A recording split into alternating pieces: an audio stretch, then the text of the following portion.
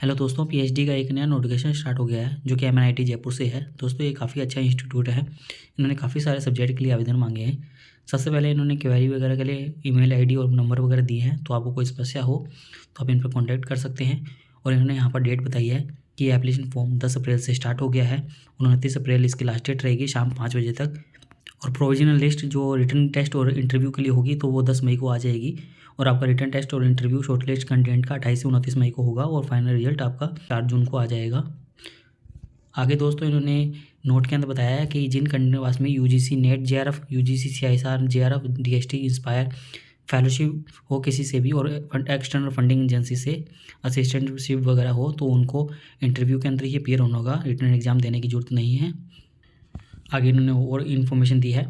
इन्होंने यहाँ पर पीएचडी की एडमिशन कैटेगरी बताई है। फुल टाइम के अंदर फुल टाइम इंस्टीट्यूट असिस्टेंटशिप और खुद के पास कोई स्कॉलरशिप हो, फुल टाइम स्पॉन्सर्ड हो जिससे सारे पीएचडी स्कीम के तहत, और पार्ट टाइम के लिए भी काफ़ी सारे हैं और ऑफ कैंपस के लिए भी बताए गए हैं। और आगे इन्होंने यहाँ पर इंस्टीट्यूट के बारे में बताया है, तो ये आप रीड आउट कर लीजिएगा।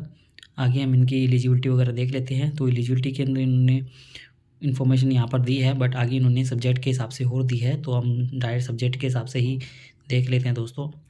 दोस्तों इसके अंदर आप ध्यान से देख लीजिएगा क्योंकि इसके अंदर इन्होंने एमटेक के बारे में भी दिया है, तो हमें यहाँ पर पीएचडी के बारे में देखना है। ये देखिए दोस्तों, यहाँ पर पीएचडी के बारे में बताया है इन्होंने कि PhD in engineering architecture and planning discipline के अंदर क्या क्या एलिजिबिलिटी चाहिए आपको।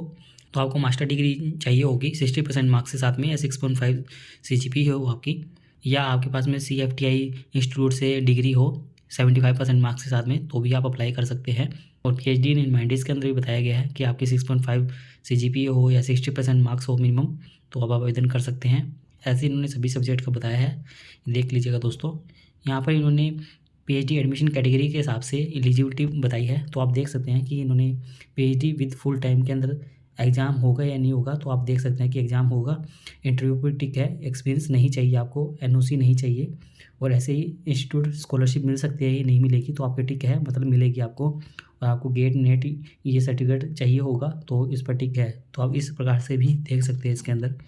और जो ऊपर हमने बताई दिया है जिसके पास जेआरएफ वगैरह है तो उनको एंट्रेंस एग्ज़ाम देने की ज़रूरत नहीं है, वो डायरेक्ट इंटरव्यू के अंदर भी हो सकते हैं। और आगे इन्होंने ऐसे ही एग्जीक्यूटिव प्रोफेशनल लोगों के लिए बताया है, तो आप देख सकते हैं। आगे ऐसे इन्होंने स्पॉन्सर्ड के लिए बताया है, तो हम फुल टाइम के लिए हमने आपको ऊपर पहले ही बता दी है। तो नॉर्मल एलिजिबिलिटी सभी के लिए वही है। यहाँ पर थोड़ी और नोट वगैरह दिए हैं एनओसी से रिलेटेड, तो आप देख सकते हैं। और दोस्तों आगे कुछ और इन्फॉर्मेशन भी दी है इन्होंने कि गेट स्कोर ये मैंडेटरी रहेंगे, तो इस बात का ध्यान रखिएगा कि आपको जो इंस्टीट्यूट स्कॉलरशिप वगैरह मिलेगी तो उसके लिए आपके पास में ये गेट वगैरह स्कोर होना चाहिए। वैसे सभी के लिए ही चाहिए होगा यहाँ पर। और यहाँ पर दी भी हुई है, ये देखिए पीएचडी के लिए बताई हुई है। यहाँ पर फुल टाइम के लिए 38,750 रुपये मिलेगी 2 साल के लिए। उसके बाद में 43,750 रुपये मिलेगी लास्ट 3 साल के लिए। आगे इन्होंने एक सब्जेक्ट के हिसाब से और एलिजिबिलिटी बताई है। मिनिमम क्वालिफिकेशन यहाँ पर देख सकते हैं, सभी क्वालिफिकेशन इन्होंने अब डिपार्टमेंट के हिसाब से बता दी है, तो आप देख सकते हैं। हम डिपार्टमेंट देख लेते हैं कौन कौन से इसके अंदर है। तो architecture and planning, chemical engineering, chemistry, civil engineering, computer science and engineering, electrical engineering, electronics communication engineering, humanities and social science, mathematics, mechanical engineering, metallurgical and material engineering, physics, center for energy and environment, national center for disaster mitigation and management study, material research center. ये इतने सारे subject हैं जिसके अंदर के आवेदन मांगे गए हैं। और आगे दोस्तों ये रिसर्च एरिया बताए गए हैं पीएचडी के लिए, ये देख सकते हैं। और ये असिस्टेंटशिप के साथ में है, तो आप देख सकते हैं। आर्किटेक्चर प्लानिंग के अंदर भी बहुत सारे हैं, तो इस प्रकार से देख सकते हैं। ये बहुत सारे ही दिए हुए हैं इन्होंने, तो ये आप अपने अकॉर्डिंग देख लीजिएगा जिस भी सब्जेक्ट के अंदर आप अप्लाई कर रहे हो।